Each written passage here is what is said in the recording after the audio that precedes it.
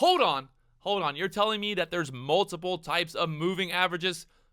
Well, what kind of moving average should I use? What is a moving average? Why do you have all these questions and no answers, Patrick? Well, let's talk about it. Let's get deep today. Let's talk about moving averages and how it all works and what type of moving average you should be using for day trading or swing trading, or what works best for really just trading in general. Talking about it in this video, EMAs and PMAs and VMAs and all that fun stuff in this video. So make sure you stay tuned. All right, so a lot of people day trade and they use lines on the charts. Right now, I'm going to remove this just so it makes it a little bit clearer. I'm going to remove all of these except for one. That way it'll be a little easier to see. Okay, so now this blue line here is the 9 EMA. That's the exponential moving average. And what does that even mean? Well, let's go find out. Let's go find out what the exact definition of the moving average is in general, just so then we can have a better understanding, learn something new every day kind of thing. All right. So what is the moving average? The moving average is a widely used indicator in technical analysis that helps smooth out price action by filtering out the noise from random price fluctuations. It's a trend following or lagging indicator because it's based on past prices. Now, this is something that I talked about before in my videos, that the EMAs, or that the moving averages, are basically just there to give us an idea of the trend or where the stock's kind of getting bought, being sold, stuff like that. Now, you cannot trade solely off of moving averages because these things are lagging. So if I sit here and go, oh, yeah, this looks good, I'm going to buy the moving average, just bouncing. And then, well, the next minute it's going down now, and now I'm sitting there going, well, what do I do? What do I do? So you have to understand that moving averages are following the stock price. They're not actually predicting the stock price. Now, it gives you an idea of like, okay, there's support there. It's starting to ramp up a little bit, but that's not guaranteeing that the moving average is going to shoot to the moon and then the stock price is going to go higher. It's not really how it works. So you really need to understand that moving averages are lagging. Pretty much all indicators are lagging. There's no indicator that's really going to tell you the future. They're going to tell you what happened in the past, but it's going to give you a little bit better idea, and you can kind of identify the trends. And a lot of times, the reason people use moving averages is it kind of gives you a better idea of, if a trend does change, then you kind of see the moving average crossing and stuff like that. So like this big trend here on AMD today from $15 down there to $14.90. It's just going lower. Well, look at the moving average going lower with it as well. It's following the stock price. But now, if I wanted to go long, I'm looking at this like, okay, what should I do here? I'm looking for this to get above the moving average. I'm looking for it to turn the moving average into support, and that could be the trend change. Now, it's interesting to see that this did bounce there, 14.85, get there to 15, and then it got above the moving average, but what did it do? It ended up just pulling back. It tried to find some support there, but again, it got below the moving average and then started to trend lower from there. So you have to really understand that these moving averages in general are lagging, and they're not going to tell you the future. They're just kind of giving you an idea of the trend overall. The two basic and commonly used moving averages are the simple SMA moving average, which is the simple average of a security over a defined number of time periods.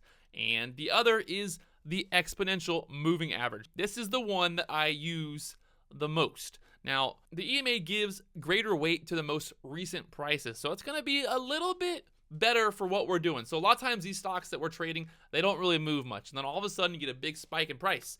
So I really want the moving average that's going to be dedicated towards, what's the most recent price increase. So if a stock goes to the moon, I don't really care what happened for the last year because the stock hasn't moved, hasn't had any volume or whatever it is. I really want to be able to focus on what's happening right then and there.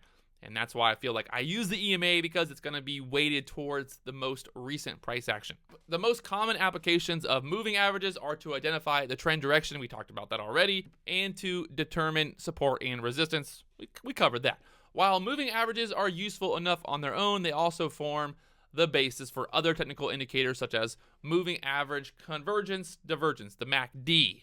The MACD, baby, not McDonald's, the MACD.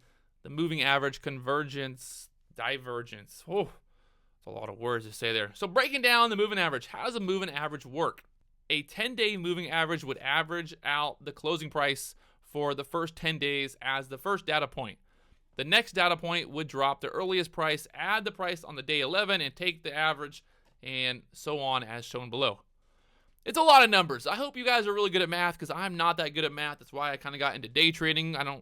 Not because I wasn't good at math, but because I need to make money, and I don't really know how to add up money and make money by not trading, I guess. Moving averages lag current price action because they are based on past prices. The longer the time period for the moving average, the greater the lag. Thus, a 200-day moving average will have a much greater degree of lag than a 20-day moving average.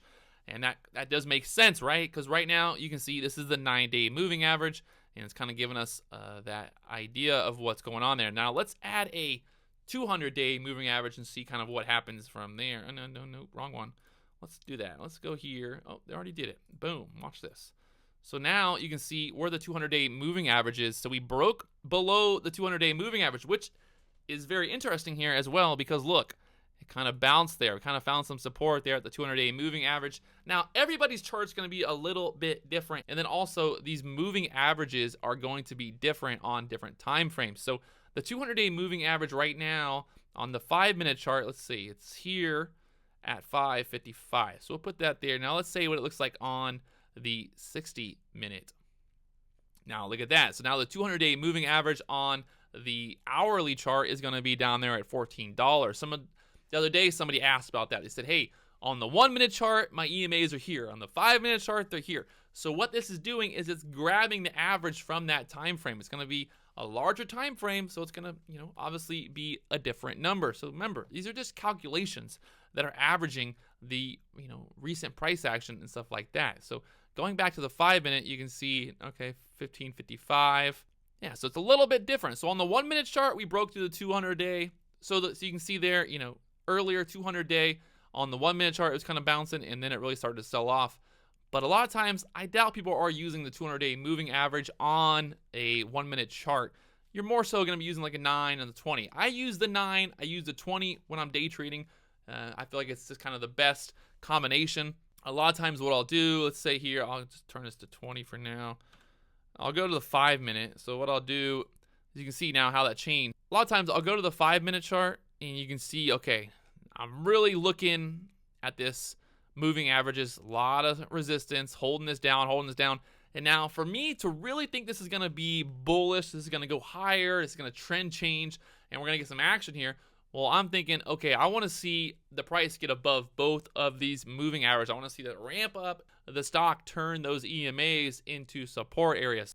If I wanted to buy AMD, for example, I'd probably wait for it to break above 15 area and then kind of look for the moving averages to ramp that way, and everything kind of start lining up and following that direction to really have that trend change.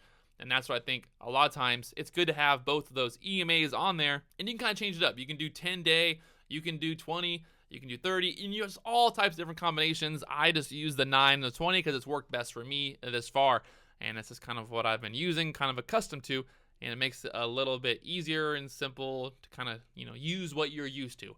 And that's really what it always comes down to, kind of figuring out what works best for you in terms of your trading style and how, really what you're trading. What's your setup? How are you day trading? Are you swing trading? What are you doing? You got to kind of fine tune your setup for that. For me, I'm trading a lot of times on the 1-minute chart. A lot of times I'm trading on the 5-minute chart. Very small time frames, getting in and out quickly. So I need to have EMAs that are really going to give me the best idea of what's happening right then and there.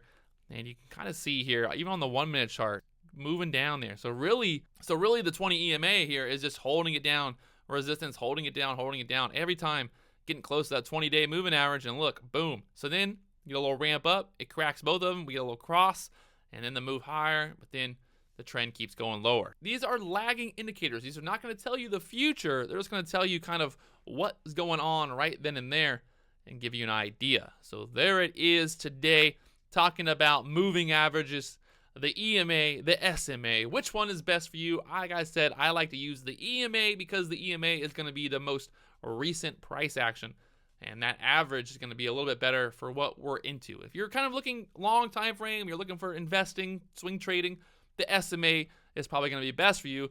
But I think for people who are really kind of day trading on these small time frames, getting in and out quickly, the EMAs really are kind of the best option.